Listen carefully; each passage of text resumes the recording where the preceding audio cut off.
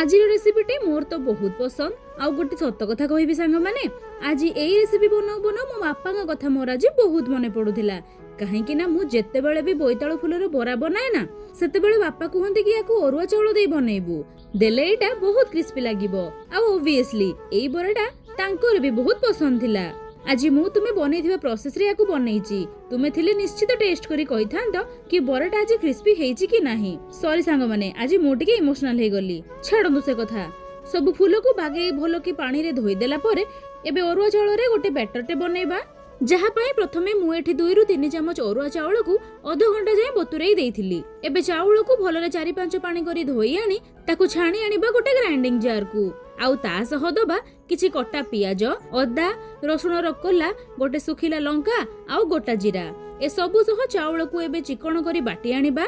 एबे सेई चाउल बटा को गोटे पात्र को ढाली दियंतु। आउ सेइथिरे दियंतु हळदी गुंड, लंका गुंड आउ स्वाद अनुसार लूण।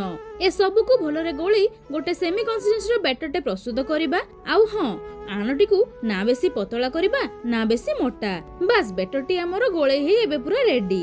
एबे तावा गरम करी सेथिरे तेल दियंतु।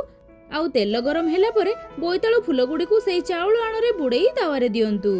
एबे गोटी गोटी करी सबु को दुई पटु भलरे सेकी ब्राउन कलर हैला परे खोली आनिबा। आउ कोन, आउ एईटा आज भी पूरा क्रिस्पी हेई बनिछि। पोखाळा भात सह एईटा तो पूरा 100 रे उडिला भली साइड आइटम टी। मु तो याकू खाली रे ही खाई देबी। बस एमिति पतळा पतळा आउ क्रिस्पी हेतिबा दरकार।